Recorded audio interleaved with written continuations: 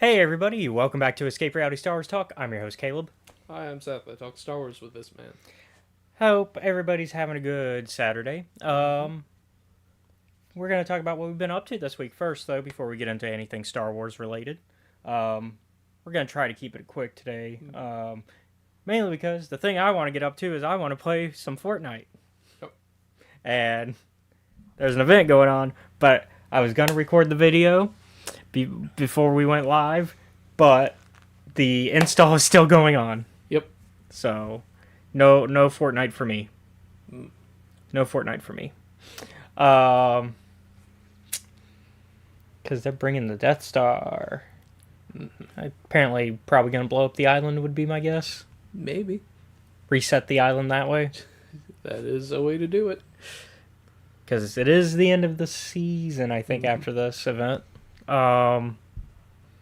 Hopefully I'll be able to catch it, because they usually, for some reason, will do the event thing and then it will be gone pretty quick. So we'll see. What have you been up to this week? Not much, just being just working, doing my job. Working in Night Rain, and that's about it. Yeah, I still have yet to beat the first, for lack of a better term, overboss of Night Rain. But that may have something to do with the fact that I'm always assigned random teammates, which can be, and they can either be really good or really bad. Yeah. No in between. Well, sometimes there is, and it's because it's also a roguelike, you just get fucked, because sometimes items don't drop the thing that you need. Yep. Been taken to playing Iron Eye. That's their archer, and Sky has asked me, he's like, that doesn't seem like much fun, and I'm like, don't worry, it actually is. Well, and also it's you. Yeah. Come on, Sky. Are you really that confused that Seth is playing the Ranger class? He doesn't know. He doesn't know? He's never seen me play a Ranger before. He doesn't know the Ranger thing. He doesn't know about the Ranger thing. Everybody else knows about the Ranger thing, yeah, but Sky doesn't. It's just a thing that you do, and it's a part of Seth. It's a Sethism. Sethism? Yeah, because it's where, there's a certain thing that's to be expected. Yeah. The only thing is, with Sky in that experience of life, he's been in a game that I have ran, and the only other tabletop experience he's had with me, apart from games that I have ran, is Steve's once a month game where I play a Battle Master fighter. And I think he made it to one of the sessions of my Tales of the Jedi game. I think so, yeah. Man, I wish that game had... God damn. Because I did like where y'all were going with it, and I liked what Drew was doing. President of Evil. President Evil. And then we were going to have him find Nemo. Yeah. Tori's character. And it was going to be great. Yep. Tori, I thought, was actually having fun with it, too. I know. It's hard to get her into tabletop, but, yeah. if you can, she enjoys it, but you got to really work with her to... Yeah. Like with most things, you have to work with people. Well, and that's just DMing in general. Yeah. You got to work... I mean, Luna's talking to me now. She's talking about maybe running a game. Oh. And so she's been asking me a bunch of DM advice, and she's like, hey, also, what kind of character would you play in my game? And I'm, because she wants to know, because she wants to do the DM thing of work with the players on their background, so that way you can add it as part of the narrative, which is very Yeah, it's a thing you need. It's an important part of DMing. It's an important part. Yes. Especially if you want it to be narrative driven. Because sometimes you don't. Like, some players just want combat. Drew. Some players want the narrative. You and Steve. Yeah, and me Chris. and Steve. And Chris to an extent. Chris does to an extent. Chris is like, he enjoys the story, but he doesn't. I'd say he Chris doesn't. is 80 combat, 20 story. Mm-hmm. And Drew is 100% combat and 0 story. Which I think may have been a little bit my fault because of how I run games. And you're a bit 75 story, 25 combat. I'd say. I wouldn't say 50-50 because I'd say it's like 60-40. 60-40 is probably close. Yeah, it's a big range that you could have there. But yeah, and I always apologize to Steve because he keeps like ending up as a mage character for us. Nobody forced his hand in this game, like in the Grim Hollow game. Like, that's just what he wanted, I thought. It's just a thing that I've noticed, like, over the course of games we've been in. Though it sounds like he does try to play different types of... He does. Of magic user, like...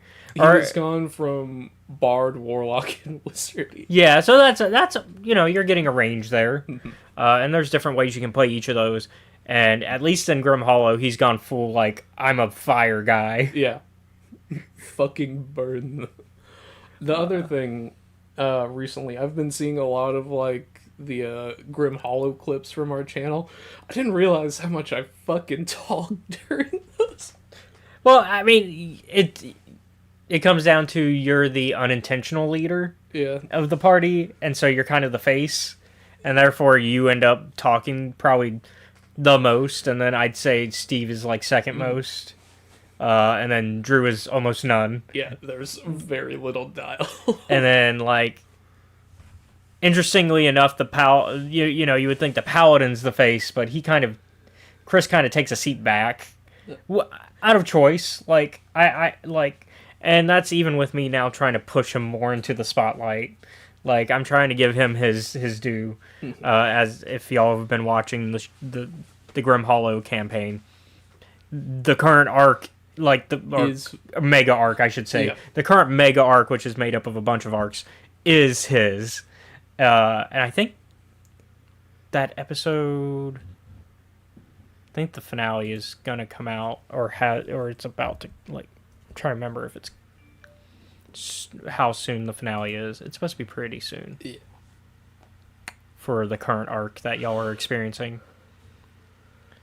If you're on Patreon, you've already seen it.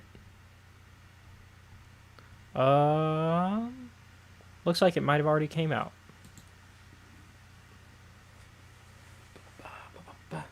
Nope, it's not out yet. Okay, because that was last. That's the last episode before the... it should be around here. Oh, there it is. Okay, yeah. It's like this upcoming week. Yeah, it's this week. Yeah. So, soon. But like I said, if you're on the Patreon, then you can already watch it. Because, like, the next day it was up. Now, I will say... And we took a break because I because Drew actually messaged last night. He was like, can we take a week off? I'm like, I was already planning a break so I can write the next arc out, have a chance to, like, look at notes and everything. I'm going to basically take a month on this one because also y'all are so far ahead of the acquisitions. I got to kind of, like, get acquisitions to catch up. Yeah. So let them play catch up a little bit. Which, funny enough, I've been playing with map stuff because I want to create a mega map of Faerun that includes all of the battle maps. Oh, boy. And so kind of make a battle map that then leads to the world map that then leads to... or at least the town map and then the world map and then... and so I can actually show you what I've been messing with so far. Audience, y'all don't get to see because I want to save that for... Yeah. Oh, boy. So, like, this is just a part of it, because this is just the Delllands. I haven't included the Sword Coast yet. So, of course, you can see the Vault of the Dracolich, and then zoom in, and it's actually the full map. And then you've got Peldon's Helm over here. Once again, the full map. Got Amani's Tower. And then the Fangfist Orc Cave will go there. So I've been working on that. And so ideally, it will then get even big. The map size will remain the same, but the Dalelands will shrink, as well as all the maps within it to fit the bigger map. And then eventually I'll set up the map in Tabletop Simulator, so that way I can stretch it out and they can see the full map. And it's almost like just one map for everything. Which that will be interesting, because then I will also include like Stormwreck Isle. Yeah. And Stormwreck Isle all the way to the Dalelands, which is very far, by the way.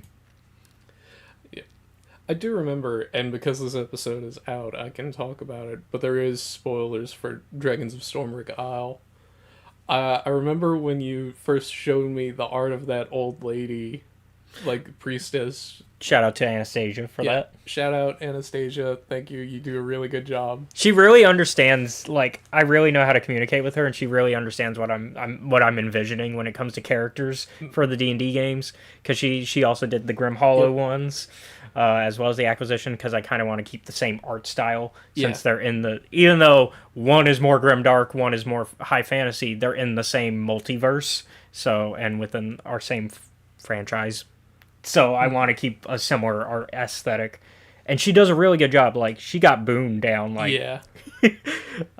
And it's great. And it's really great because of also being in a world where AI art exists.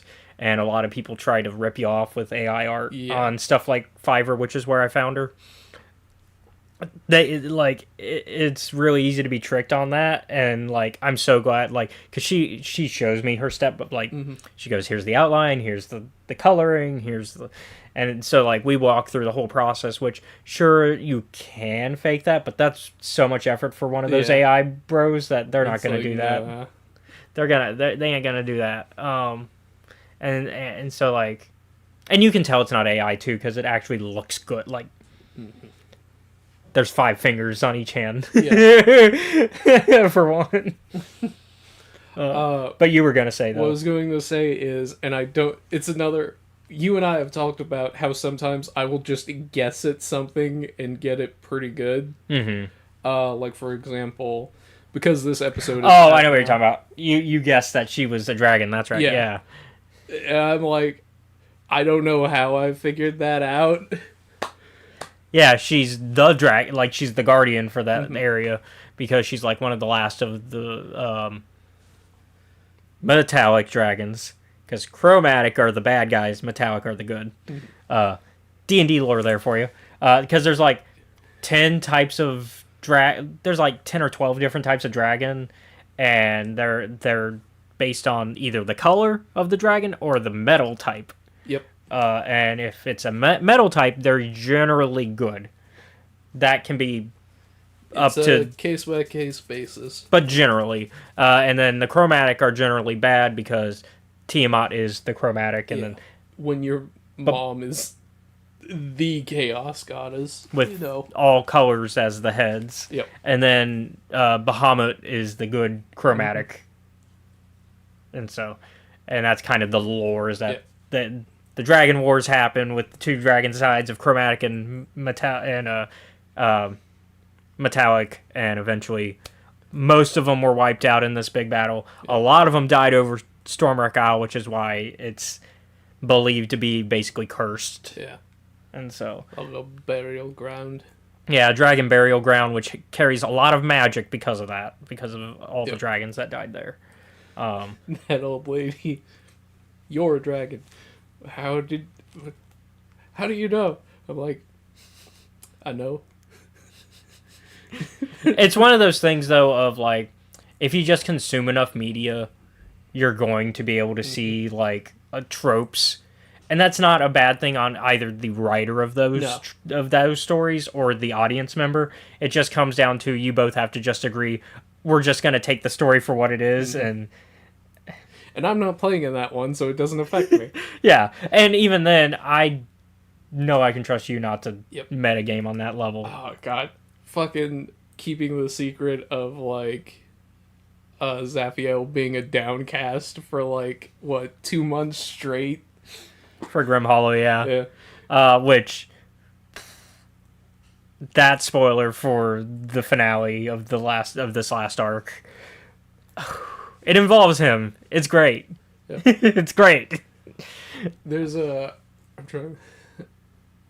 There have been times during these tabletop games where I'm like, I have figured something out a little bit too early, but I'm also like, You're like, would Boone have figured that out? Yeah. Is what it comes out. And then I think like in regards to the Zaphiel one, Boone probably did after like the first week and a half. of actually being around him, yeah. Yeah. Like once he joined the party. Yeah. And I think like Boone would immediately clock that it's like he's not human, but I don't know exactly what he is. yeah. And then it wouldn't be until maybe even he told Hume that's about it, I think. Mm-hmm. So probably this last big Yeah. thing probably clued him in. However, I will say this. Because up to this point he's just been Yeah. mercenary guy, but that's a little bit extra for even a mercenary. Yeah. I think one of the things that definitely sold Boone on the Zaphiel is not a human is our first like encounter, our second encounter with him. Oh yeah, when he ran into you again and In Astoya, and he's like, there's just a vampire head he's hanging onto. I'm like, yeah, no, he did that by himself. He's not human at all. But Uh, anything else major that you... my family came down from Illinois. My mom and my sister. Yeah, I this saw. week, Yeah, so- I saw them when I came and got you. It was good seeing them. It's always good seeing the fam. Mhm. That's about it for me, really. I want to watch the new Predator film soon on Hulu. I haven't had the chance to. Predators versus Samurais. Let's Yep. go. And then, of course, we're getting the live action one later this year. Predators versus Predators. Mm. Big Predator versus new Hunter Predator. And then, of course, we got the Alien show. I am a fan of that of the Alien Predator universe, which is also the Blade Runner universe, as well as the Cyberpunk universe, which is also the it's connected to something else. Yeah. I had a whole list of what it like interconnects to. It's a big multiverse where you're like, wait, all of these are connected, and it's just like, yep. It's the Wayland Yutani universe. It's Predator, Alien, Blade Runner, Soldier, which is the odd man out of those films because it was a one film that didn't do. I didn't think it gained an audience. It might have a cult following, Maybe. but I never heard of the cult following if there is one. Cyberpunk, Alien, and then ends with Firefly. So, What a fun. what an interesting timeline that goes from a bunch of creepy alien and predator stuff to late stage capitalism to weirdly much better ending, because I would argue that the Firefly setting is a little bit it still has some of that corpo stuff going on, which is why it fits that tone, but it also is starting to get because the whole point is you're following a group of pirates that are escaping that life, so it's kind of more hopeful than the others. I was. So here's the thing. I'm gonna.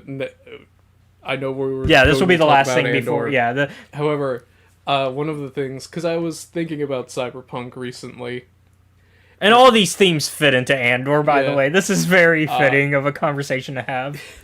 And because sometimes I think about morality in games and storytelling, I was thinking about my first run through of 2077 and how quickly the mental adaptation to living, for lack of a better term, in Night City happened for me, and I was like, I don't know if I like that it happened that quick. Oh, like how quickly like you were able to just kind of understand how. Yeah. I was like, all right, cool, got it. Kind of following in line. And I was like you like the game is like, this is how Night City is, and you're like, all right, I'm just gonna live. I'm gonna be right in. I'm gonna follow the codes here, and like, oh, I don't know if I like how quick that happened. In a way, that's terrifying because it does go into a lot of themes in Andor of like, kind of just following orders and not to the same level, but it's not quite what I meant. But yeah, that is also scary. There's no news this week, so let's kind of jump right into Andor because I'm excited. I am so excited to talk about this with you. I couldn't even hold back on some of the conversation in the truck. You were like, while we were in the middle of our fucking getting McDonald's, which they had the funniest fucking thing happen. Yeah. So I normally eat stuff plain, right? But with burgers, you like your cheese yes. still. However, we got to the store today, I was like, yeah, just 2 hamburgers plain, right? Boy, did they ever fucking do that. Yep, no cheese. No cheese. They're just like bread. Probably should have got cheeseburger plain, and then you would have... Yeah, that's my mistake. That's where I messed up. Yeah. But hey, we joked about it. Yeah, like Seth wasn't even mad. He was just like... Mad. He was like, you know what? That's on me. Usually they add something to your burgers when you go places, so this is a win for you. Yeah, like, it's plain all right. But yeah, no, I got so excited because let's go arc by arc. Yeah. Okay. So we watched the first 2 episodes a while back for season 2. Spoilers ahead, by the way. Yeah. We are going to deep dive into this. By the way, for this, I don't know if I accidentally like interrupted you while you were watching like the last episode. Because I got home last night and I was like, I'm going to watch the last episode of Andor. That's what I'm going to do. Yeah. And I was like, it would be really bad if I just yanked Caleb out. Oh, no. I made sure that I was watching on the... So the Disney Plus has different accounts. One of the accounts is for my parents' shop because they'll just play the TV to have some white noise in the shop. I used the shop one to watch Andor, so that way I could like keep ours from out-syncing each other and messing it up. I was worried about that. No, you were good. But no, I finished the finale before you, so... All right. Because I mentioned something, and you were like, oh, I haven't watched it yet. Yeah. And I was like, oh. I felt a little bit bad because I thought you had... Because I looked at Disney Plus first. I looked at my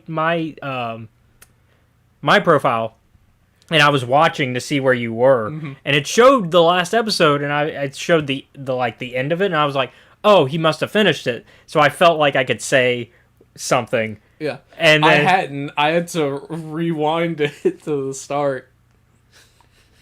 Yeah, no, To be fair, though, I forgot what the name of that character was. To be fair, I only really spoiled 2 of them. One of them had already happened. Yeah, one of them had already happened. But anyways, the first arc, we get to see a year later after the events of... Because each arc is a year later. We see a year after season 1, after the Ferrix riot. Riot. It's not really a massacre. We're gonna see that later. We'll get into massacres later. We get to see 2 in this season. One of them we witnessed the entirety of. The other one we kind of just get a trooper's perspective of before he defects. Yeah. Which, when you learn that about that character, you're like, okay, this makes so much sense now. A lot of sense. But no, arc 1, we get to see everybody. Cassian gets it steals a prototype TIE fighter. Which, by the way, this is kind of going on around the same time as Thrawn's TIE Defender program in Rebels. I was about to... Yeah, I'm like, that's not a standard issue. It's not a TIE... Now, that's not a TIE Defender he stole, but, like, this is around that same period. Because, like, we're hitting where Andor and Rebels are going to overlap a lot. and where like, and Thrawn's whole thing in season 3 and 4 is he's working on his TIE Defender program, which is like a advanced version of a TIE fighter that can, I think it can do hyperspace even, if I remember correctly. It's been a minute. Like, of all its it has shielding though, which is a big deal for TIE fighters because they normally do not. And so the problem is the Imperial budget has to be balanced. And they go, Palpatine's like, well, I can only really fund one of these projects. I can either fund the Death Star or I can fund the TIE Defender program. Show me which one is better. So really, they are still funding both programs because they're making both at the same time. But basically, one of them is going to be defunct afterwards. After like, if they fail, obviously, I think we know which one got defunded. Based on the events of A New Hope and Rogue One. Well, Rogue One, you could argue, is the reason it finally got. But like that's the Imperial way, is just play everybody against each other. Because you've got Thrawn playing against Krennic, who's playing against Tarkin, who's also playing against Thrawn. And so, and we don't see Tarkin in this, but we feel his presence still. And then Krennic we get to see in this. In the first arc, in fact. And I love having our boy Ben Mendelsohn back. Ben Mendelsohn as Krennic might be one of the best. He is one. Anytime he shows up, I'm like, oh, fuck. He's such a good villain. And it's not because he's intimidating, although there is a bit of intimidation there.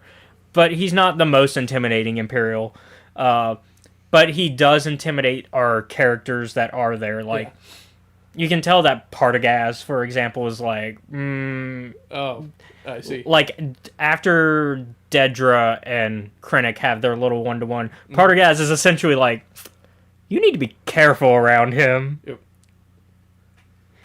And Dedra's like, nah, I got this.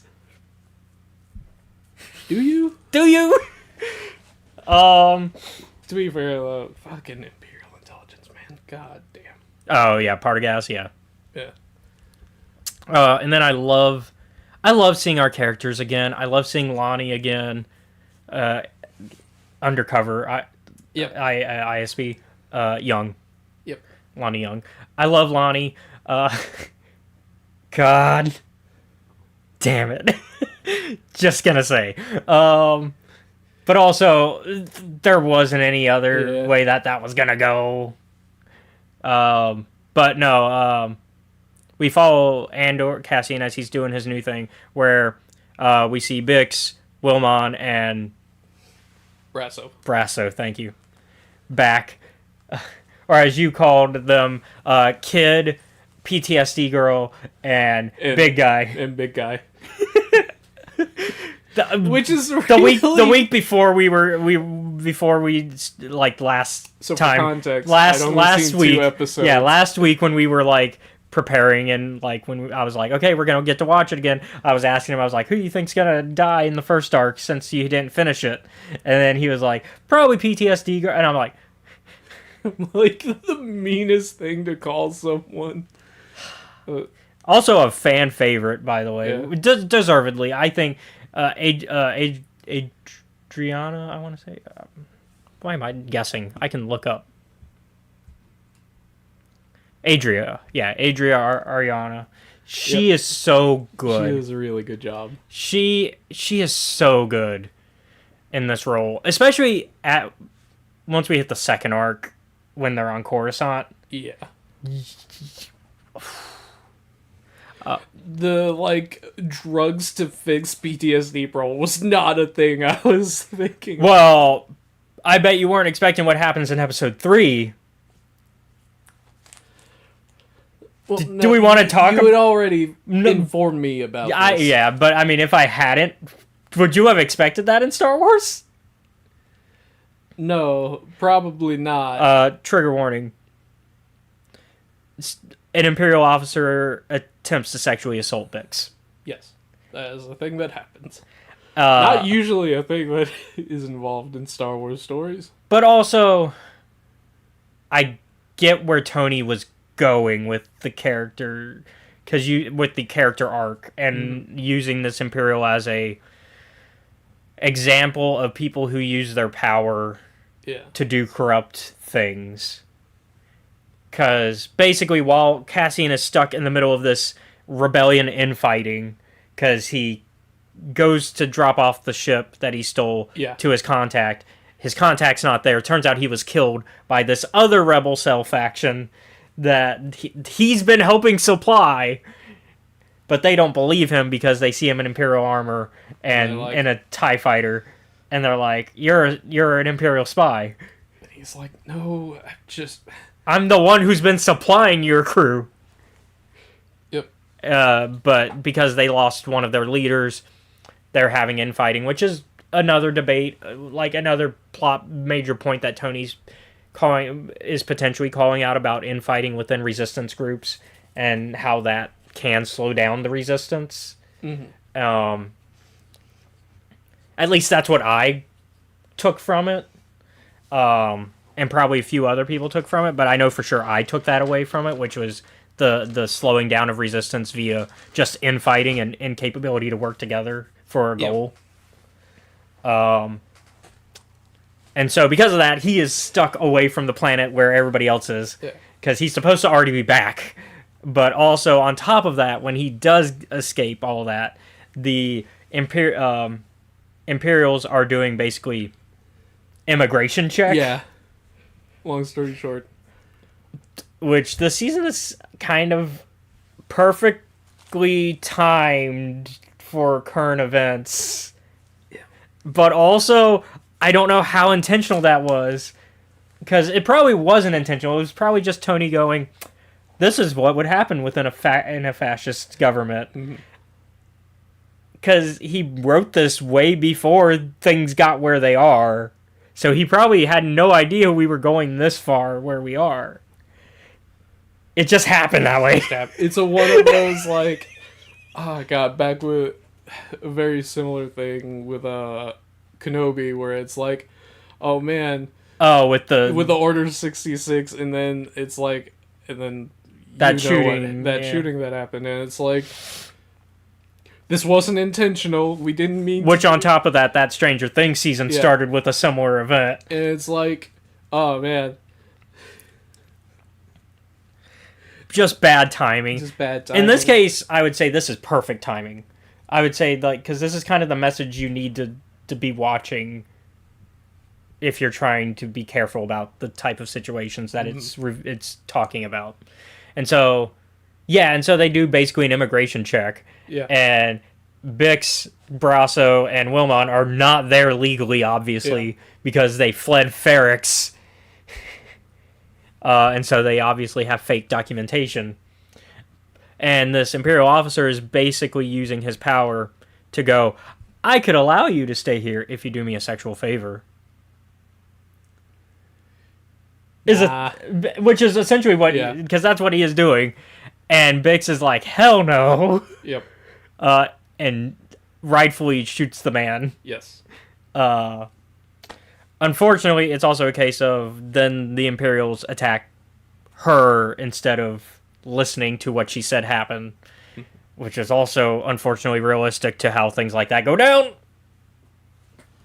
But yeah, so it was really strange to hear specifically just the word rape in Star Wars. Like, I just never thought that I would hear it in Star Wars, even in a show as mature as Andor. Like, Andor is Andor definitely takes Star Wars to a more mature level, and it's definitely a Star Wars that I would not, if I were a parent, I would hold off. This is one of the wait until they're older ones. Yeah.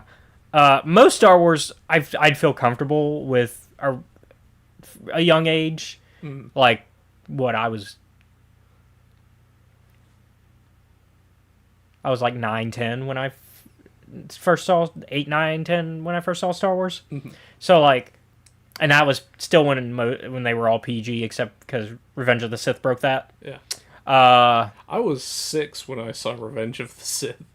Yeah, so like I would be, and honestly, outside of because the reason it got PG-13 is very obvious. Yeah. It's the Mustafar Anakin being Yeah. lit on fire. That's a little bit traumatic for a child, potentially, depending how well your child can cope with that thing. That is a parental choice, obviously, Yeah. and you have, I think, had probably seen worse by that point, from what you have told me of movies that you watched.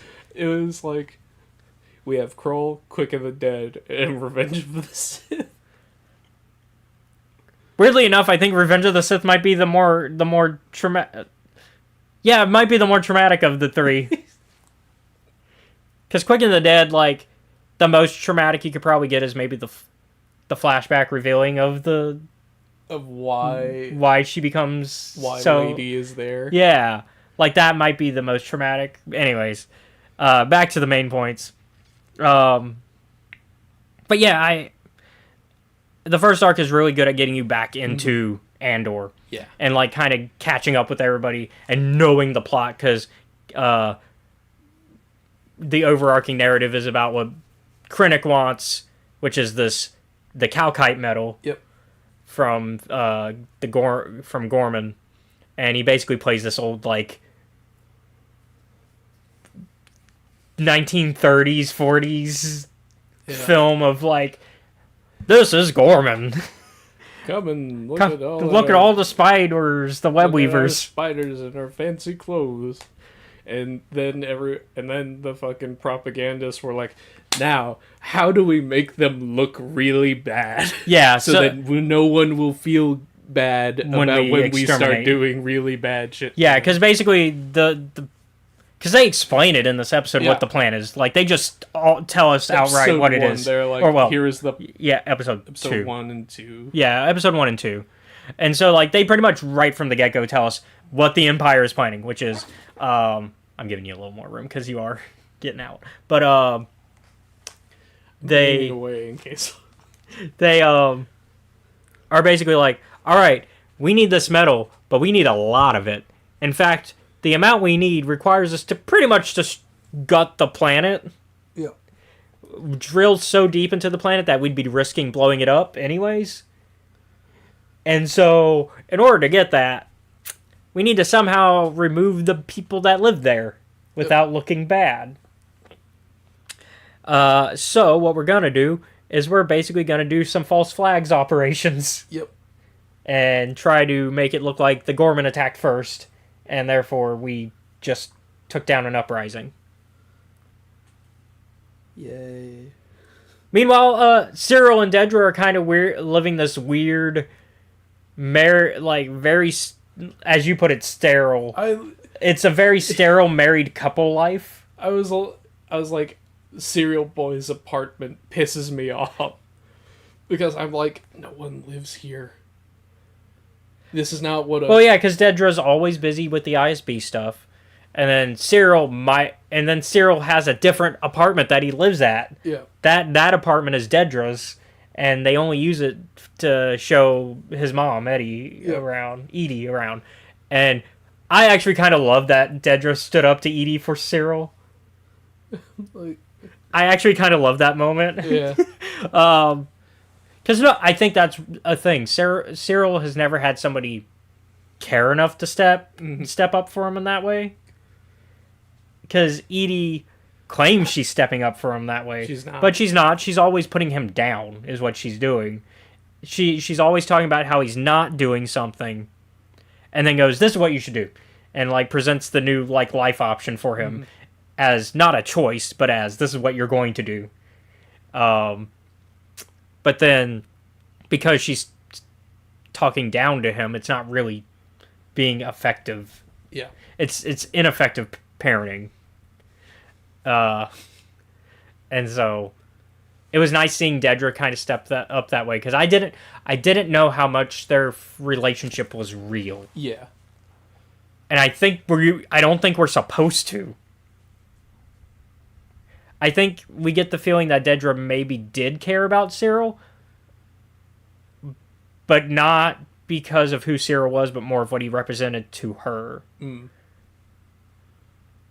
Because she's never felt that way about anybody else that we know of. And because she seems like the career type who always focused it on ISB moving up the ranks. That's very clear that that's her ambition. And I think because of that, she just hasn't had time for love or feelings about, like, relationships outside of professional. Yeah. And honestly, the professional relationships aren't great either. Everybody kind of sees her for what she is, an opportunistic vulture. Yep. Everybody kind of sees that, and therefore even her professional relationships are kind of shit. Yeah.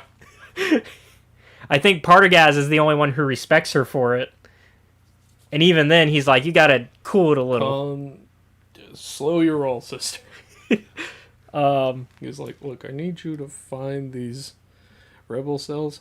However, I need you to do it in a more subtle manner than you're currently doing. Yeah. But yeah, and so, unfortunately, the first arc ends with a shootout because of that. As for the first arc, that's where the I've been upside down for 2 days is from. Oh, yeah. Because he gets stuck in the TIE fighter upside down for 2 fucking days when he tries to call Clea, like, hey... But also he's in space, so what is upside down? Ask him, he knows. But no, I was confused for a second because I forgot that line when you put that in there. And I was like, huh? I've been upside. And then Steve went, now it's been 4 days. Captain's log, 4 days. Because it was like 4 days after you sent that message, or 2 days after you sent that message.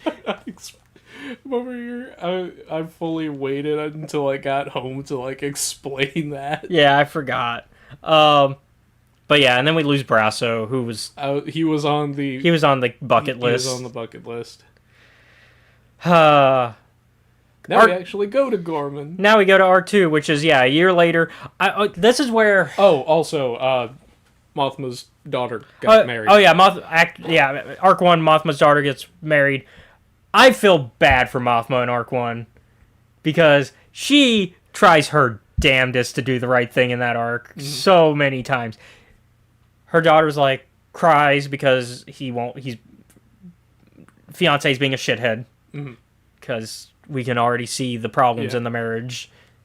It's an arranged marriage, which hasn't happened since Perrin and Mothma. Yeah. And then also, we can see that more than likely, Mon sees herself and her daughter, and Perrin and her fiance and the fiance, like she knows the kind of marriage that's going to lead to, and so she actually gives her daughter an out. Yeah. She's like, hey, you don't have to do... And main reason she gives the out is because, one, all of the stuff that with Tay and all that's already cleared. Yep. So there's no reason that she has to keep the marriage thing up anymore. But also, unfortunately, Tay is in a problem because of how he had to move the money around and stuff like that has cost him a lot of business. And his marriage. Yep. And it doesn't help that everybody already assumes that Tay and Mon are having an affair when they're actually not. Not even an emotional one, like when we talked about Mask of Fear. Like, in this case, not even that. Like, it's purely professional and friendship for Mon. Not for Tay. Tay does have... You can... Like, he definitely pines for her, but it's not reciprocated. Yep. Which is why he gets drunk at the wedding and has to be kicked out on day one of, like, their 3-day ceremony. He's like, okay, I'll be back tomorrow and I will just not drink like that again. Because even parents like, so your boyfriend had to be kicked out of the reception. And Mon's like, my boyfriend? Who are you talking about? He's like, don't come on. Me and you have been together as, like, I think false. And I think the thing is that they have... I think they have an arrangement of a secretly open marriage. Where could be. I think this scene makes it clear that they both kind of just silently agree, yeah, you can see whoever you want, but when we're in public, we don't do that. Yep. We work together in public. And And I think that's kind of Yeah. the image that we get, especially with that scene. And so that's why Perrin kind of is willing to just say the thing up front. And Mon, he thinks Mon is bullshitting, but she's not. And then on top of that, she's trying. Luthen is at the wedding, freaking out about what's going on with Cassian. He's like, where the fuck is my best agent? And what is he doing right now? But also Luthen is dealing with trying to shut Tay the hell up because he's basically blackmailed Mon and said, no, not basically. He is. Yep. He's doing some extortion blackmail where he's like, hey, give me credits and I'll stay shut up about what I did for y'all. Because I have I have so much paperwork that could prove what happened. I kept everything. And so Mon's like, well, how much? And he's like, let me think on that. And so she goes to Luthen about it. And Luthen's like, well, how much? And she's like, we're going to discuss that when we get back to Coruscant. And Luthen's like, we don't got time for going back to Coruscant. Give me a fucking number. And so she's like, well, I can't come up with that. And he's like, all right, well, then your boyfriend's got to die. I will kill... Luthen, I will kill your boyfriend. Meanwhile, Mon's cousin is also at the wedding ceremony, and she sees Luthen, and she's like, "Fuck," and Clea, and she's like, great. What the fuck are you doing here? What are you doing here? And Luthen's like, "It's a party. It's a party. I'm here as myself. I'm not here as an agent." Yeah, which is actually weirdly true. Yep. Well, in a sense. to a degree, obviously he's trying to sell his artifacts. Antiques rather to what's his name I forget his name, the groom's father. God damn it. Names are slipping.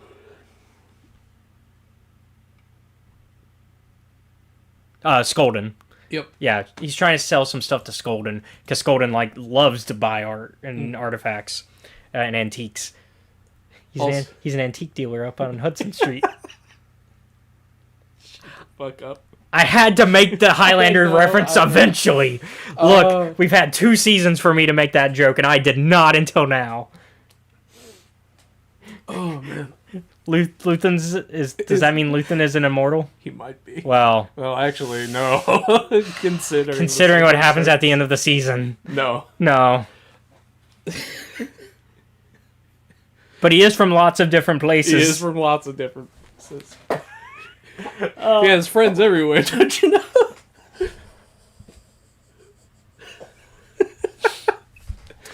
But yeah,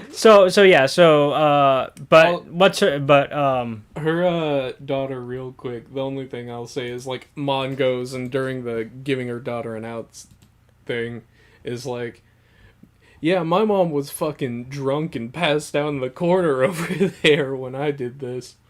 I was like, in hearing her daughter be like, I wish you were drunk right now. Which is... I'm like... Yeah, and ow. It kind of sucks because this is one of the few times where... No, you're good. This is like one of the few times where Mon is trying to be a good mom because she sees herself and she knows the path that, like I said, she knows where this goes. And she's like, I'm giving you an out because I was never given that out. And then Lita doesn't take it. Which is, I think it's a case of rebellion in its own right. Because I bet you if Mon continued to try to force the marriage rather than give the out, Lita would have found a way out. I think it's because my mom said to get out. Out of spite. Out of spite, I'm going to, yeah. And it's, I think it kind of sucks that we don't see the repercussions of that marriage. And it's like, guess what? Because we never really see Lita or any... Not relevant to the plot anymore. But then because we know that Tay is going to be killed because Val's girlfriend shows up to kill him as his little cabbie driver. Bye, Tay. Bye. Damn, it's cold outside for you.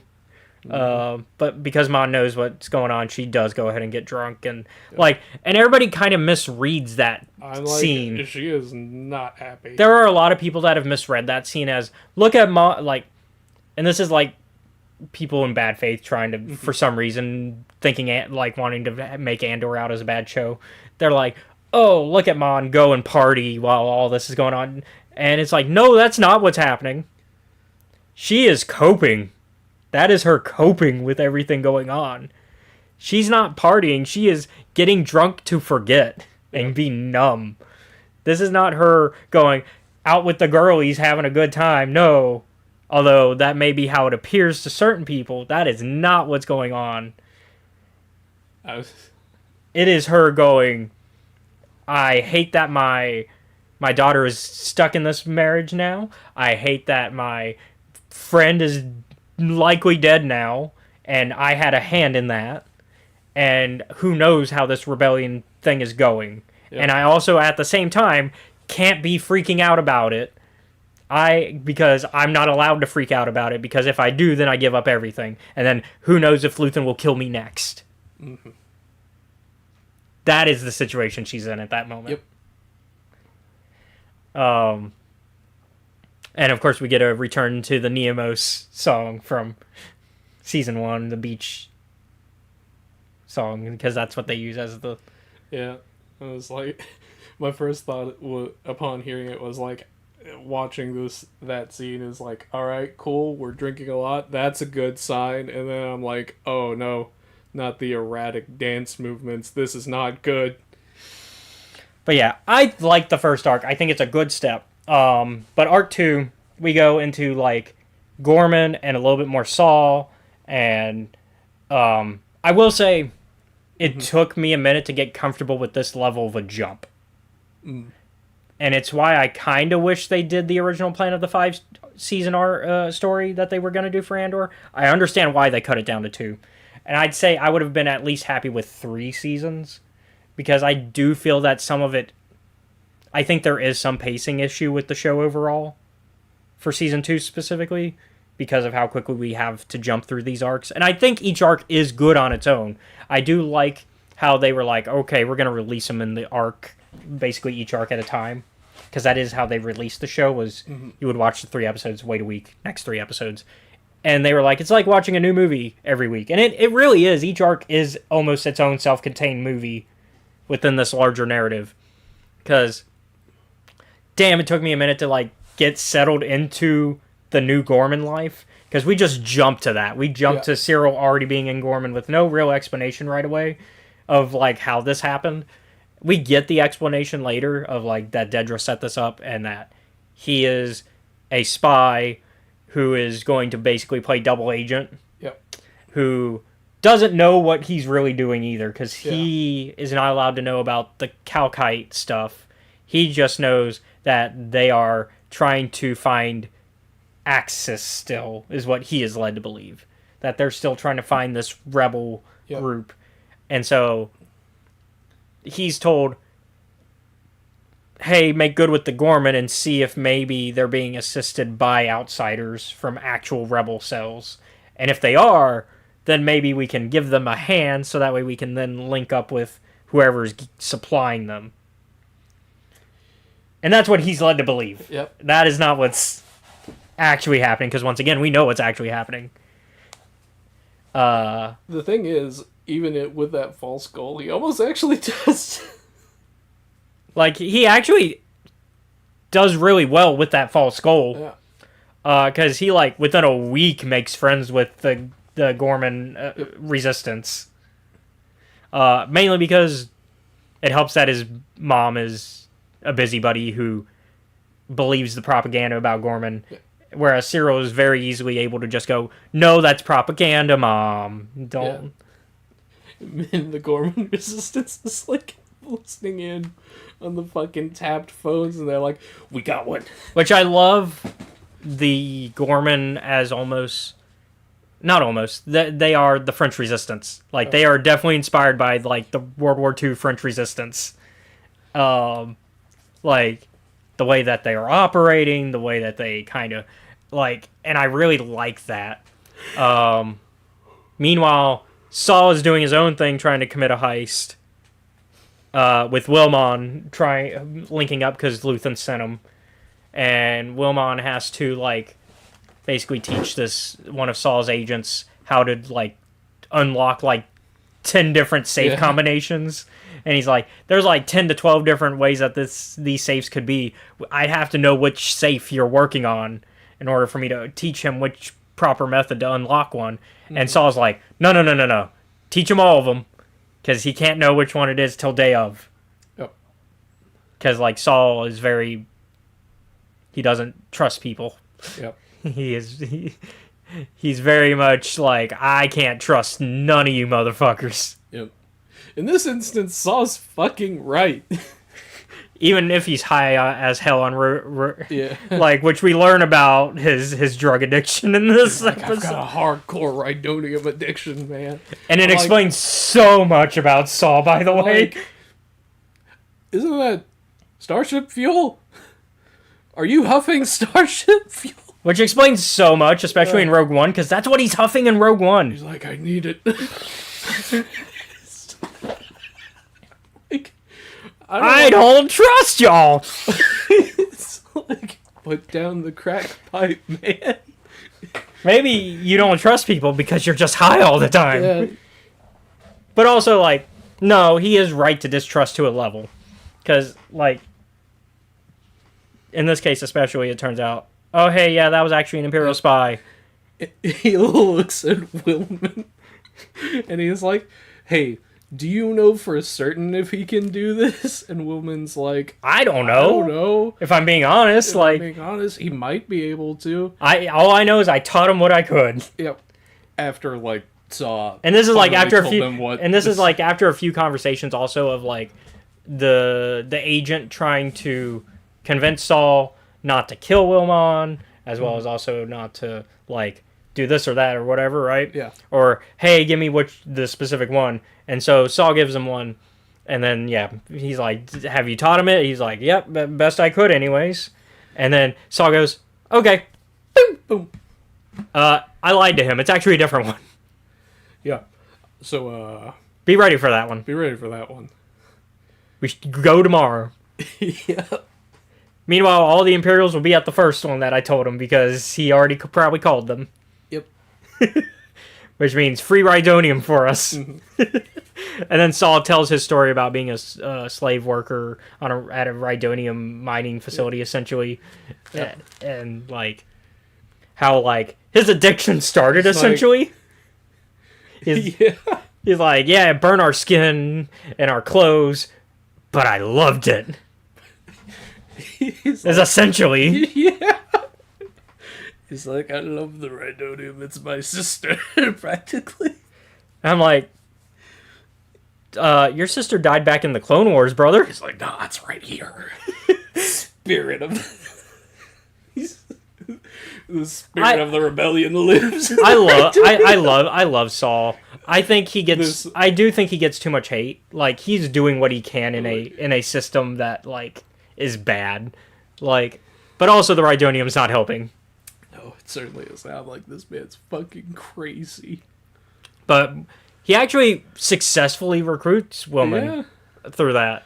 I actually like Woman's character growth throughout the series. Meanwhile, Bix is having her own drug issues because Cassian and Bix are basically stuck on Coruscant after Cassian supposedly, what we're told happened in the interim of the year is that they went on a mission together and Cassian killed basically an innocent within the, or at least a stormtrooper who already gave up, from what I understand. We're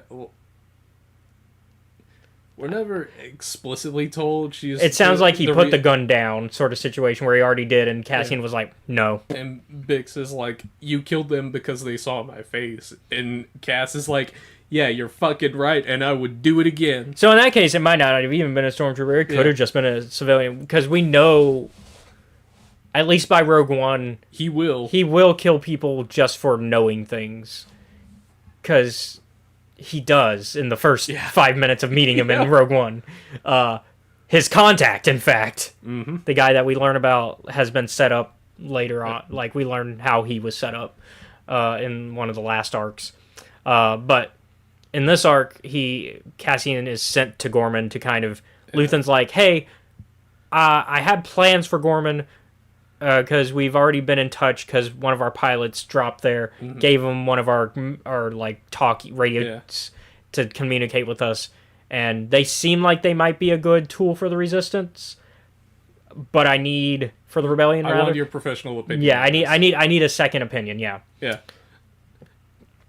And so, meanwhile, Mon and everybody are preparing for a party, and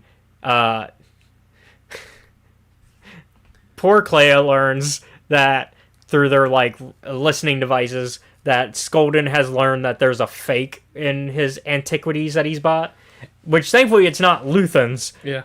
But also, now we have to reappraise all of them, which means we're going to get a third-party reappraisal on all of them, including the ones that you have sold us. And this isn't Skolden telling her, cause this is like Skolden's assistant having a conversation about it, because like it's stressing her out, because they're like, for the party we're going to keep them, but then after the party we're going to reappraise all of them and junk out whichever ones are trash and probably get back at whoever sold us the trash ones. The problem is, a reappraisal would mean a full look at each thing, which would mean they would find the listening device in the one that they gave Skolden. Shit. Can't have that happening. So now Luthen and Clea have to go to the party, so that way Clea can remove the listening device. Yep. So we'll come back to that. Meanwhile, in Gorman Underground, Cassian gets up because he meets up with them, and he's like, he learns how they are rushing things. Yeah. Because perfect timing, by the way, of him showing up, because it's also at the same time as Cyril leaving to go back to Coruscant to go see his mom, but also to report in to ISB what he's learned so far about the Gorman Resistance. And so they kind of pass each other in a way where they continue to not see each other ever. And I find, and like, remember, like, the first time I watched the scene where, because there's the first scene where Cassian is like, well, one, I like when he checks into the hotel and how he listens to the story of what happened about Tarkin killing all the Gorman, and then landing his ship, and that's why there's the monument there, and how the Empire promised not to build anything that would overshadow that monument, but now they're building a base that, or supposedly a base, which is what the Gorman believe. They believe it's going to be an armory, a actual base, military base. And it's kind of doing that. It's doing exactly that. It's shadowing over the memorial. And he listens to this hotel clerk tell him the story about how his dad was one of the people there. He and his dad were there, and his dad died during that. And I like how the clerk circles around back later in the story. I like that. I like that was a very important moment that circles around, and that one moment of kindness that Cassian shows pays off. Because it's a kindness that he shows. Because the clerk even goes, "We're not supposed to talk about it," and Cassian's like, "You obviously want to talk about it, and I don't mind hearing." So Cassian shows him this little bit of kindness. But then we also have the cafe scene where the leader of the Gorman Front's daughter kind of confronts him too soon, and Cassian's like, "You almost blew everything just now." Like, I could have been an Imperial spy. I could have been anything that could have gone wrong. And even if I was the guy you want, you're being way too loud about this. It's basically what Cassian, like, drops her with. Yeah. And he's like, also, stop telling me with all your people. You have too many people telling me. It's drawing attention. If you're gonna have people tell me, you gotta draw less attention. Mm-hmm. I'll see you tomorrow. I'll see you, tomorrow, and then I'll determine whether or not I will stay. Yeah. And so tomorrow happens, and this is a scene and where, they're like, we want to rob an Imperial convoy. And Cassian is like, you want to fucking what? He's like, I understand wanting to rob from them. That's fine. We do that all the time. Yeah. The problem is, at any time it fails, it's because the getaway fails. And there's nowhere you're getting away from if you're doing it in your own backyard. Yeah, he's like, you will be living at the scene of the crime. You can't do that. Yep. It's not gonna work. And on top of that, he is unsure about their source.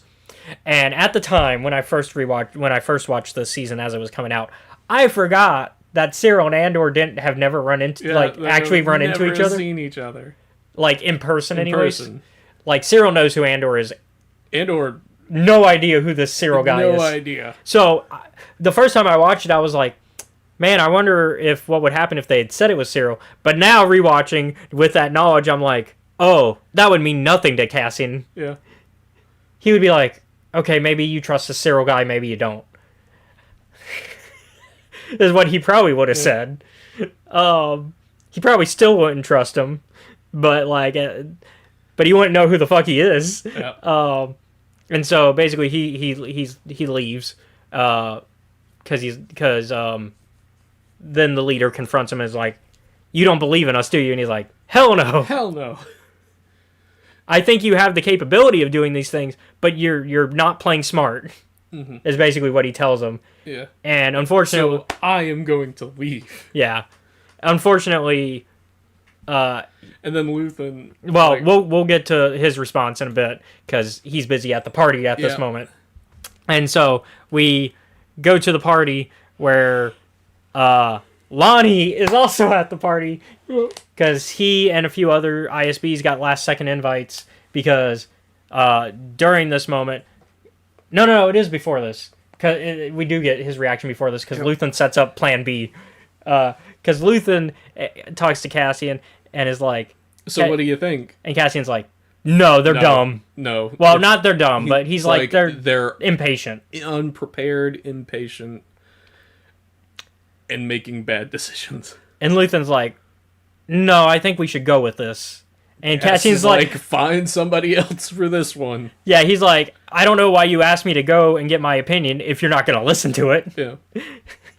And this is a case of you understand both sides of this argument. Because Luthen is like, Cassian calls out what Luthen wants. He says, you want them to fail and for this to blow up because you want the galaxy to see this. And Luthen's right, like, you're damn right. I want the galaxy to see what the Empire is. And what we learn about Luthen, it makes so much sense of why this is his plan. It makes so much sense. It makes so much sense. But we will talk about that in a minute. And so, yeah, so Cassian, right? I think this is a case of both are right, but who you end up agreeing with more depends on your own personal opinions about this. Because... to a degree, I think Cassian's more right, but I can see a good argument for why Luthen is more right. Mm-hmm. It really comes down to where you stand in the how far do you go for resisting, and Luthen says you throw it all in, all or nothing. Cassian's like, you need to survive if you're going to keep a resistance going, so you can't throw it all in. Which it doesn't help that Luthen then behind his back tried to get Bix to do a job. Yeah. And he's like... And he finds out about that because Bix tells him, because of course she does, because they trust each other enough for that. Even with the problems that they're having. Like... And even like when Luthen goes to Bix for that job, he like basically figures out that she's been using sleeping type. Yeah. And essentially, Bix has got, like, a sleeping drug addiction going on. Yeah, and, like... And he's like, nope, I can't. Not right now. And so when Cassian gets back, he is pissed when he finds out about this. He's like, you fucking... So he storms the shop, which is the biggest no-no. Because, like, the whole thing is, like, you never meet me face-to-face like this. Mm-hmm. We meet outside of this. This is where I contact... the aristocrats that are within the rebellion. This is not where you and I meet. And he goes, you motherfucker. You tried to recruit my wife? She's still recovering. Yep. And Cassian goes like, I'm putting it all in. And Luthen's like, are you really? and I kind of agree with Luthen on this one, actually, because I think out of all the main rebels within Andor as a show, Luthen has sacrificed the most. Yeah. I remember a couple of months ago at before we... Yeah, when we read Mask of Fear, the opinion was different at the time. But now... But now it's... now that we have more information about Luthen, yeah. I think... Because at first I thought, oh no, Mon has risked a lot. She still has, but has she risked everything? I'd say not until the Gorman incident. Yeah. Up until that point, no. Yeah.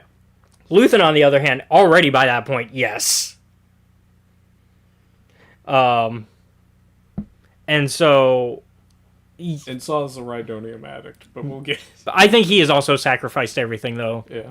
I think the rebellion is built off of Luthen and Saul's backs, honestly. Yeah. Like, if I'm being, like, completely honest, I think that is what Andor Season 2 has changed in my mind. We're going to jump around more, because we are, like, running out of time. Do we want to... Let's talk about the Gorman massacre. So, a little personal context. Like, we knew this was coming. But, yeah. So... because my parents are down. Not my parents. Your mom. My mom and my sister. Did you watch it with them here? I was like, hey mom, do you want to watch some Andor with me? Started on like Messenger, on Messenger, and then yeah. into the Gorman massacre. Yeah, because it's Messenger, and then Who Are You is the massacre, yeah. And then Welcome to the Rebellion is Mon's speech. Mm-hmm. So, before I had gone through Messenger and the Gorman massacre, we'd gotten, like, Annalise and my sister and mom were, like, with Tori and Kinsey, they were getting them to watch, like, the first 4 episodes of, like, A Handmaid's Tale. And I'm like, and me and Andrew... All the themes that are matching... Me and Andrew are deeply uncomfortable the entire time during A Handmaid's Tale. Good show, but yes, it's going to put you in some uncomfortable territory. But it's similar themes to Andor, and so I'm going to guess the opposite then happened when y'all watched the Gorman massacre. No, they were... Tori and Kinsey... Well, obviously I don't think they watched, Yeah, but... they didn't watch. And Andrew didn't either.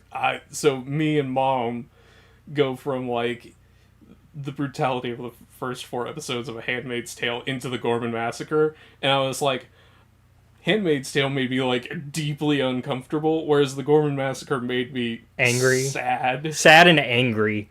Like, that's really what like, it makes you have that righteous anger. And it's but no, and so, like, I want to talk about Cyril, because this is the funniest thing I've ever heard Cyril say is, you better tell me about what this really is before I throw you through that window. And I'm like, that is the wildest thing I have ever heard this man say to anyone. Before Season 2 came out, there was some debate. Because there were some rumors that Cyril was going to potentially get a redemptive arc. There was that discussion, like, because it's Star Wars. Who? Because there was that discussion, and plus it's Star Wars. Star Wars is known for their redemptive arcs, right? It's all about that. And so a lot of people were discussing it, because they were like, does he deserve one? What kind of narrative would make sense for him on that? And I'm kind of glad they didn't. He almost has one. He almost has that epiphany. During the Gorman arc, as the massacre is going on, I think it's like he has that epiphany of, holy shit, what side am I on? Yeah. It's like the night before. Well, the night before, he starts to get angry, but he's not... I don't think he's at the point of switching sides yet. I think once that sniper rifle from the sniper goes off from the Imperial side, starting everything, by the way, once again, the false flag of the whole thing, as well as the bombings being false flags, because they the day before they go, oh, there were some bombings in the Imperial base, and they're like, the Gorman Resistance is like, that wasn't us. Like, we actually didn't do that. We didn't do that. We've stolen and done a lot of stuff, but that one actually wasn't us. And at this point, Wilmon is on his second girlfriend. Yep. Wellman the ladies' man, because he is starting to work with the Gorman resistance for Luthen. And he gets Cassian Because and... Luthen basically sends almost everyone but Cassian and Bix who refuse. Well, that's because they've stopped working with Luthen by that point. But no, and so like they're more fully in with the proper alliance of reforming the Republic, whatever the full name is. Alliance to Restore the Republic. So the Rebel Alliance, but the Alliance to Restore the Republic's the full name. The A2R. A2R. But yeah, and so by that point they're fully embedded with that, which includes working for. I said his name earlier today. Devon, whatever. Drevin. Yeah, Drevin. Thank you. But yeah, working for Drevin, which Cassian still doesn't really listen to. I think the case with Cassian is they're like, he's one of the best agents we have. So we can't really tell him no. We can't tell him no. When but when he gets back, we can reprimand him, but we can't get rid of him. So Draven's like, we're stuck with him. And so, but no, Cyril's almost has a redemptive arc. And the reason Cassian's there is because Wilmon's like, hey, we can take out Dedra because she's there. Yeah, we can finally get this woman who's been a thorn in the rebellion's side. And also kind of fucked us over at Ferrix. Yeah. She's responsible for everything that went down there. And so, which technically Cyril is responsible for that, but... Yeah. But yeah, so Cyril almost has a moment because during the thing, he's looking around. You can tell that he's like starting to regret everything that got up to that point. Mm-hmm. But then he sees Cassian. And he's like, this fucker. And he immediately throws away any chance at a redemptive arc in that moment. And I think he got the death he deserved. That may be harsh. But it also goes along with the whole idea of, it's a more modern phrase, but the leopards eating your face sort of stuff mentality. I don't know if you know about that. The whole, I voted for the leopards eating our faces party. I'm surprised the leopards ate our face. Right. No, I've heard the expression before. Now you understand the little bit of the... I knew that it's one of the... I did not fully anticipate the consequences of my own actions. But more specifically, I didn't expect that voting for a party that told me directly that they're going to eat my face would eat my face. Mm-hmm. And that's the moment Cyril essentially has. He has a leopards eating our faces moment. I think when it comes to like seeing the Gorman massacre... But he doesn't use that to make himself better. Instead, he goes, I'm just going to get revenge on this guy because I'm going to blame him for all my problems, even though I'm my own problem. I'm the reason all this happened, but I think it's him. And he actually almost wins that fight, by the way. Yeah. If he did not stop to try, like, he didn't try to be recognized, but you could tell that he was upset that he wasn't recognized. Because Cassian goes, who are you? He's like, I don't even know you, man. And that, I think that ruins Cyril's mental image of this, because I think Cyril thought of himself as Javert, as Javert, and Cassian as Jean Valjean, as these mortal foes opposing each other. Like, I think that's how Cyril casted himself, right? But in reality... And Cassian's like, I don't fucking know who you are, man. Like, in reality, it wasn't that deep to Cassian. He's just like, this guy just randomly attacked me. And then, in reality, the person that Cyril screwed over the most comes in and kills him. Yeah. Because then he gets shot in the back by Rylands. Rightfully so. Yeah. Like, because Rylands kind of is pissed at Cyril when stuff starts happening. Because Rylands, I think, finally learned the lesson, but unfortunately it was like a year too late. Mm-hmm. Which is, hey, we need to be quieter. We can still resist, but we gotta... Being loud is what they want. Yeah. Because then they can use that against us. Unfortunately, his daughter has already taken the whole, let's be loud, to... Yeah. Does not end well for her, by the way. No, it does not. She is dead. Yeah. Also, Cousin Mothma, I think the death of her Val. girlfriend is bullshit. It should not have yeah, happened. in the previous arc, during the initial job that they do to work with the Gorman, Not even from, like, a narrative perspective. I say from that is some like, camera angle fuckery. At the same time, on a narrative angle, I think it makes sense that something like that would go down, because, once again, the whole point is how trigger happy this the Gorman resistance is at this point, and that they don't know what the fuck they're doing. Yeah. And Val calls them out on their bullshit once they get in the car. She's like, no, you don't get to cry over this. We tried to tell y'all to be patient, to listen, to slow down. You did this. You got to deal with the consequences of it. And I think Val rightfully gets to go off on this guy. No, that's fine. And I think also, like, I understand where it's like, oh, how did that shot happen is what you're more getting at. That's what I'm, like, that's not how those work. Also, you were nowhere near these two people. Yeah.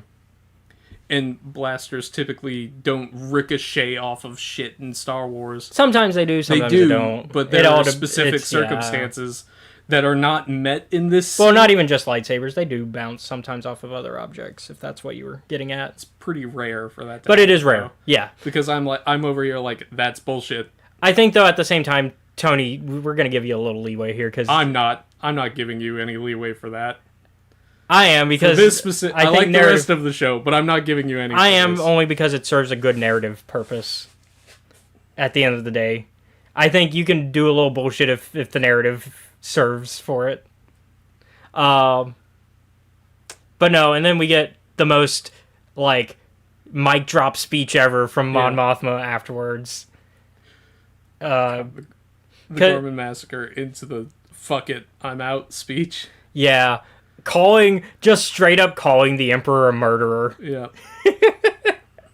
And it airs. Yeah. Like she gets so far to calling him a monster, and then they cut the power. Which I love that the texts were giving malicious compliance. Because they were like, why can't we get in there to shut it down? And it's like, because you told us to change the locks.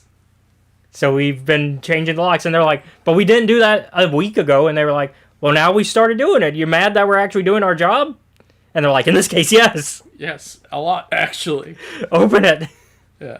And I was like, this was the most fucking stressful episode for me. Oh, just with the spy within Bell's group. Yeah. And from the ISB within Bell's group, which was also in Lonnie's group, which means, is Lonnie compromised already at this point? That's a question I have in my head. Because she was an ISB agent under Lonnie. Because that's how Luthen gets the information that she's there. Because Lonnie obviously told Luthen, hey, one of my agents is doing this.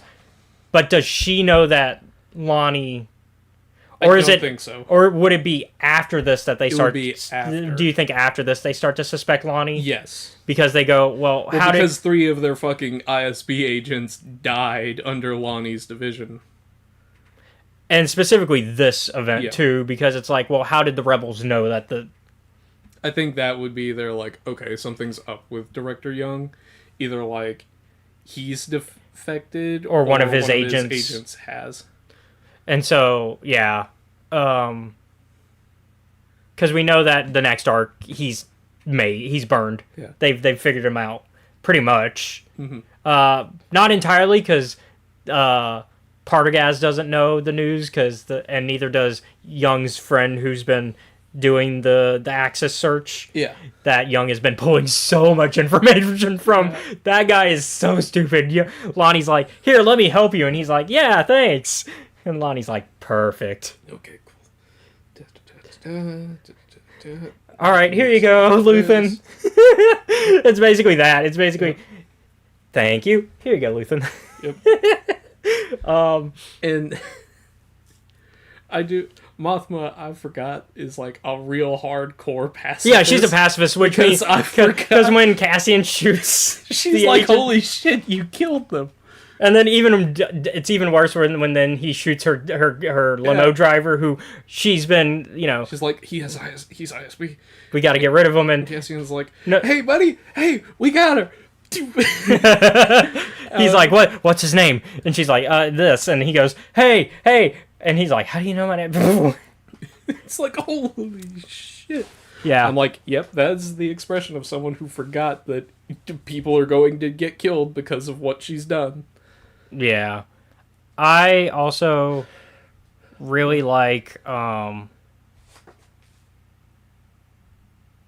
was trying to remember his name. Mon's assistant. Oh, God. The one who we learned after the wedding started working for Luthen.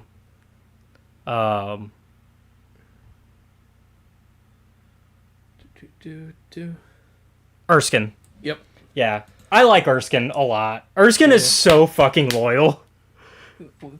Oh, God. Erskine's We've like... been telling Mothma, like, Erskine has saved your life in ways you will never understand. And then Mon goes, oh, Erskine's a spy. Got it. Mm-hmm. And so she fires Erskine, and Erskine's like, you know what? I'm still fucking loyal to my Mothma.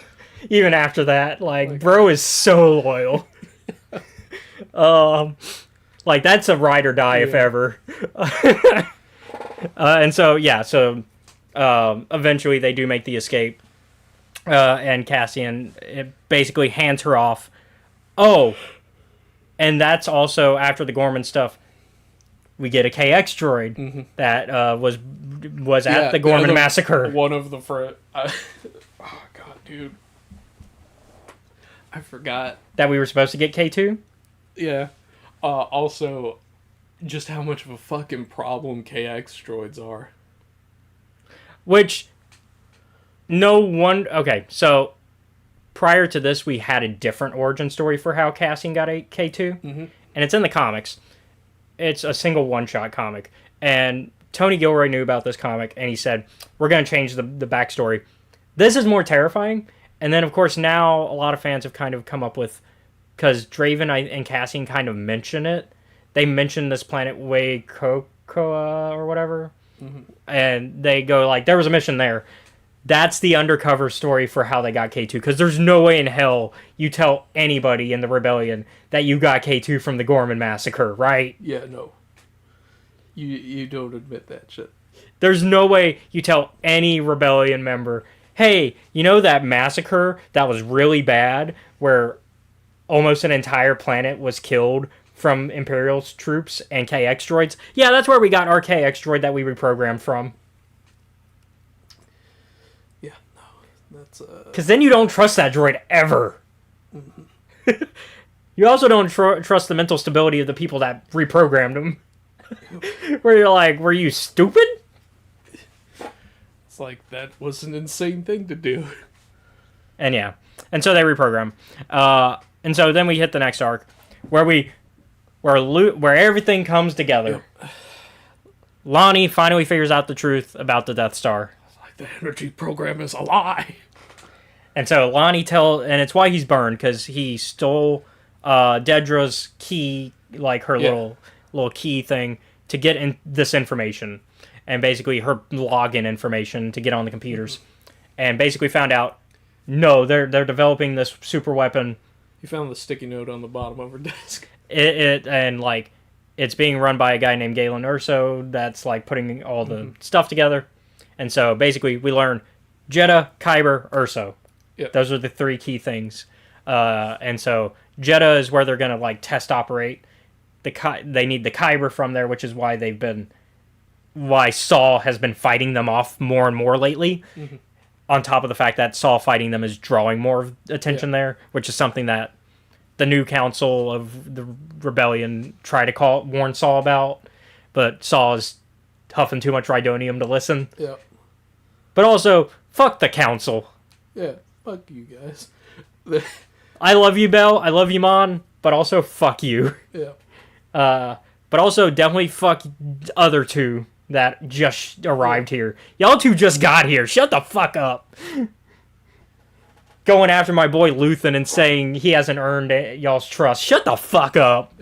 There is a point in these last two Like- or three episodes that like pissed me off. Like, after And the reason everything why is Luthen's... that it has nothing to do with the council or Yeah. like No, any of the spy The shit. council is the stuff that pisses me off, but yeah, go. It's both times when like Deidre and the imps go to the hospital and they're like, we want this entire floor like moved or closed off, and they say it to like the director of the hospital and the nurse, and I'm like, you better hope.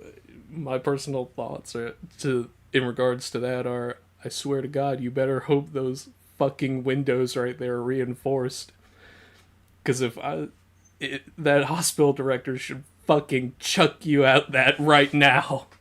He's Yeah. not going to, because Y'all are terrifying. he's not going to, but he should. Yeah. But no, like, everything Luthen does here is masterfully Yeah. planned. And so, like... He's like, I knew it's very much He's like like- he and Clea knew they were going to have to get rid of this Well, shit. because in the last arc, Cassian warns Luthen. He's like, "Hey, you need to leave too. You need to go to Yavin." And Luthen's like, "Nah, Yavin's not gonna be for me. It's for everybody else." He's basically Rebellion Moses. He leads everybody else to this like setup, but he never gets to see it himself. He Yep. never gets to see the payoff of like his own planning and everything. Like, he does not see the pay, and I think that's something that Andor shows over and over again, is all these important individuals like that are so key to what happens in A New Hope, Yeah. who don't get to see the fruition of that. They don't get to see the Death Star blown up because they're already dead by then. Yep. Like I mentioned in Discord, in the last episode, we get to listen to, because Partagaz is listening to the, like the teachings of like, sorry, I'm of Nemec stuff from season 1. So he's listening to his like, what's the correct word I'm looking for? The fucking... Not manifest. Yeah, it's Manifesto. Yeah, Nemec's Manifesto. Yeah. He's listening to Nemec's Manifesto, and Nemec is somebody who, like, is very integral to, like, how the rebellion's formed. Because a lot of his ideas do get put into the rebellion. And so, he's somebody that we lose. Luthen is somebody we lose because he sacrifices himself, because he basically outmaneuvers the fuck out of Dedra. Yeah. Because he gets the information, then sends it to Clea, who then he's like, alright, we need to get this to other people, to the Yavin base. And he's like, you've got to go somewhere else. And then hides Clea, goes back to the shop where Dedra confronts him with the Imperial engine that was from season 1. Yeah. That he stole, and he shows her like this ceremonial dagger Yeah. to distract her, and then she goes off to have this speech about how she's going to arrest him. He's facing away from her, and she goes, "All right, hands up, hands up." He drops the knife. It's already bloody. He's already stabbed himself. And she goes, fuck. And then on top of that, he's already destroying the evidence. It's lighting up, motherfuckers. And so, yeah, it's... Oh my god, it's so... Yeah. It's so good. You like to get punked. And then Clea goes off to, like, make sure that he dies, because she knows that he would want to die for the rebellion in this case. And we get flashbacks of, like, her relationship with Luthen. And it puts so, like...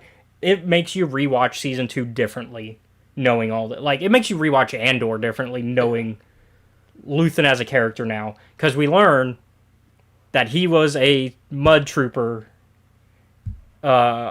sergeant for the Empire who led a massacre.